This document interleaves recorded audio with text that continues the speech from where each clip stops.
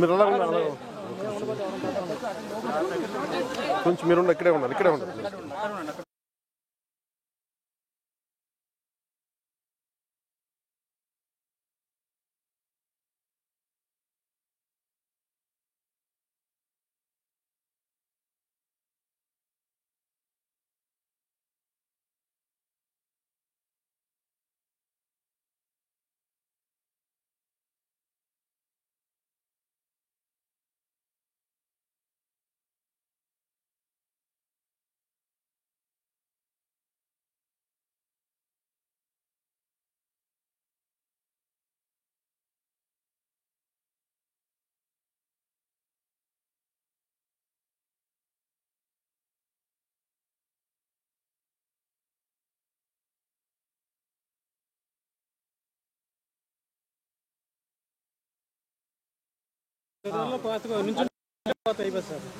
ఇంకొక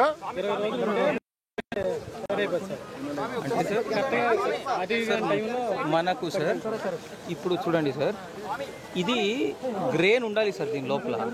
ఇప్పుడు మీరు ఇలా ప్రెస్ చేస్తే గ్రెయిన్ లేదు, షాఫీ గ్రెయిన్ అయి ఉంటుంది సార్. ఇది ఒక రకంగా ప్రాబ్లం సార్. అంటే మనం పాలినేషన్ అయ్యే టైంలోనే ఇన్స్టెడ్ ఆఫ్ పాలినేషన్ వాటర్ పడిపోయి ఉంటుంది సార్ యాక్చువల్లీ వర్షం వల్ల. సెకండ్ థింగ్ సార్, కొన్ని ఏమవుతుంది అంటే డిస్కలరేషన్ ఉంటుంది సార్. అంటే సార్ చూడండి సార్, ఇది ఉంది హోల్ ఉంది, కానీ ఇక్కడ కలర్స్ చూడండి sir, colour has started to change. Before it turned gold ఇలా అయిపోతుంది సార్ యాక్చువల్లీ. పాలు వచ్చేసింది సార్.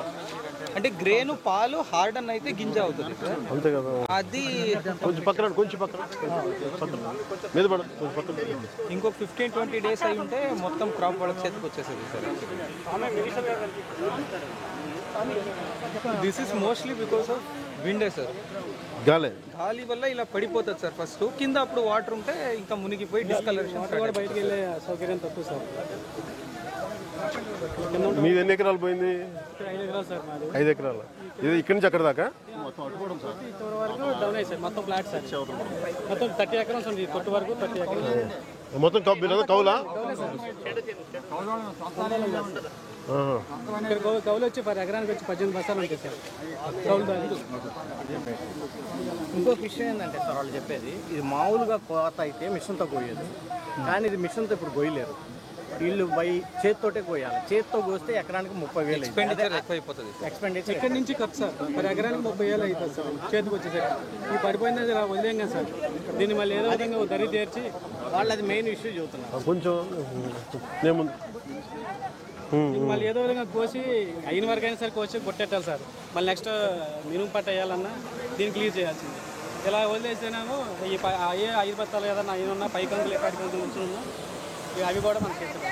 అట్లాగా ఇక్కడ నుంచి ఖర్చే 30,000 సార్ ఎకరానికి వచ్చి. ఇది కోసి కట్టి వదులు తిప్పి మళ్ళీ కుప్పను కూర్చి అవి మళ్ళీ చేతికి వచ్చేసరికి 30,000 ఖర్చు అయిపోతుంది.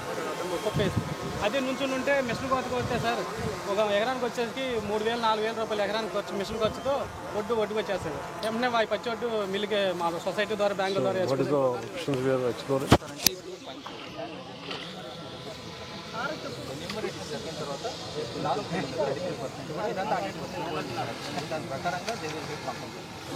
we get enumeration for each and every acre? Yes sir, every field will be enumerated sir. Already app ఇచ్చారు సార్ యాక్చువల్లీ. ఇంకా 2-3 days లో ఎన్యూమరేషన్ కంప్లీట్ చేస్తాం సార్. ఐ థింక్ అది అయిన తర్వాత 4-5 days they should be getting compensation. అంటే ఇది మొత్తం ఎంత ఇస్తారో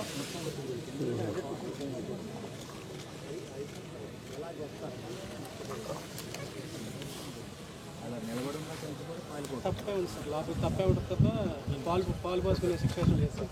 మొన్న ఒక 10 days వాటర్ ఇంకా రెయిన్ ఇచ్చింది సార్. వర్షంకి తప్ప అయిపోయింది. కానీ ఈయన పాలు పోసిన టైంలో వర్షం సార్, దాని ఏమంటే మళ్ళీ తుఫాను ఈ తుఫాన్ బాగా బీభత్సమైన గాలికి మొత్తం బ్లాక్ సార్, పూర్తి టోటల్ డ్యామేజ్ సార్. దీనిలో పనికి వచ్చేది కూడా ఏం లేదు సార్.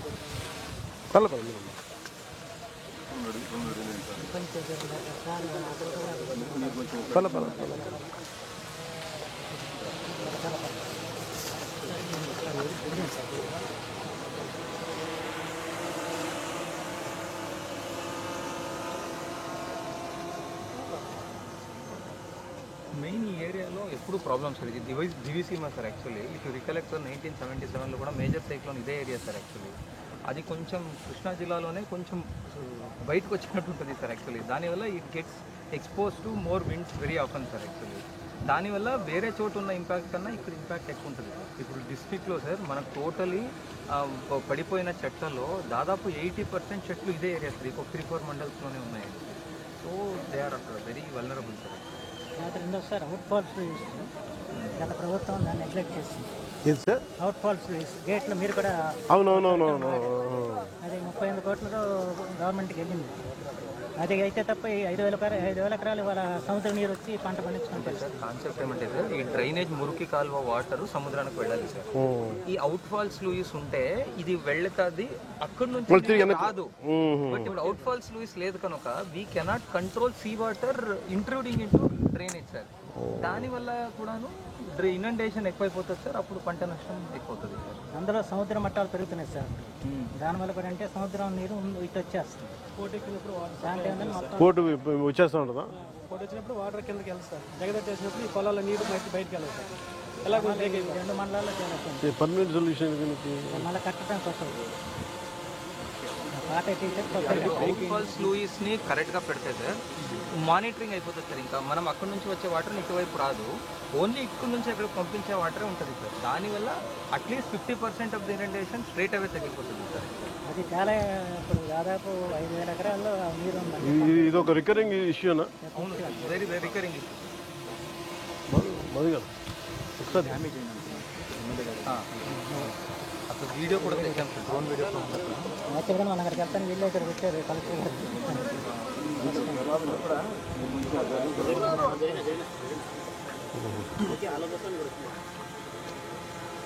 ఇవన్నీ తీసి మళ్ళీ కొత్త కట్టి గేట్లు పెట్టాలండి.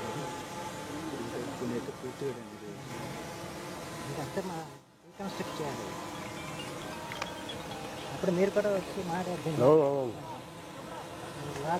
లాక్లైన్ చెప్పారు. ఇక్కడ అయితే ఇలా ఉందండి. మా దగ్గర మా ఏరియా అంతా మొత్తం తప్ప 90% అసలు పాలు పోసిన టైం అన్నది ఈ టైం. ఇది కూడా అదే ఉంది కదా. ఇది కొన్నే ఉన్నాయి, ఇక్కడంతా పాలే ఉన్నాయి. అదే కొంచెం ఒక రోజు అటు ఇటు అంతే కదా, 2-3 రోజులు పడుతుంది. రేట్ క్రాప్ ఇక్కడ అంతా తాలే సార్.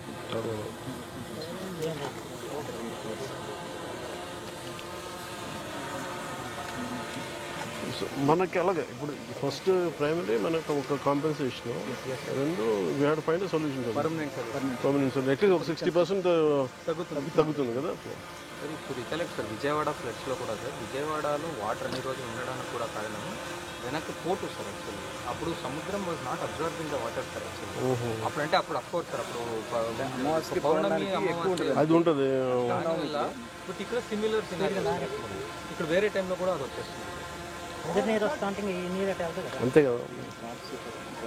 ఒకసారి దీన్ని ఒక మీటింగ్ కూర్చున్నాం సార్. లాస్ట్ టైం కూడా మరి కోటింగ్ పోస్ట్ ఇచ్చేస్తారు. ఇది కూడా రిజాల్వ్ అయితే వీళ్ళు ఓకే వెళ్దాం మీకు కదలండి.